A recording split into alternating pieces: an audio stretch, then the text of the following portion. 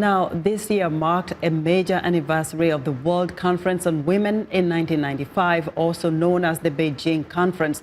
The meetings assembled hundreds of government officials and civil society actors from around the globe to work toward a more equal world. But as VOA's Ayen Deng Bior reports, some experts are criticizing what they perceive as slow progress. 25 years ago, a historic women's conference took place in China. The Beijing event produced an ambitious agenda towards women's equality. It was an extraordinary moment where women around the world came together to say enough is enough. What do we need to do to shift political processes, to actually shift economic systems in order to build the world that women need? More than 2 decades later, experts and observers are still trying to build that world. Beatrice Duncan, a rule of law advisor at UN Women, says achieving gender equality has been an uphill battle. But really, I cannot think of a sector where we have achieved complete and total equality and sustained it. It's very difficult for me to give such an example. And I think it's sad, because the Commission on the Status of Women has been in existence since 1946. We keep negotiating, renegotiating, and one would have thought that as the years go by, we would see an improvement.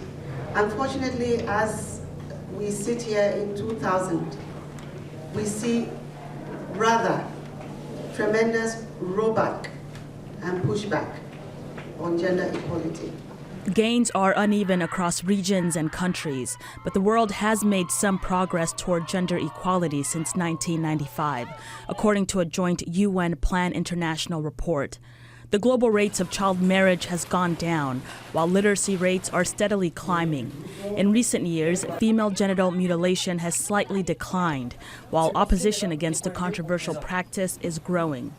In the political arena, as of late 2019, 1 in 5 ministers is a woman, according to the Inter-Parliamentary Union. And while that number hovers at an all-time high, the executive director of UN Women says it is still not good enough. Women are squeezed into a quarter of the space. We have 75% of lawmakers and parliamentarians being men. We have 73% of managerial positions held by men. We have 70% of climate negotiators, also men.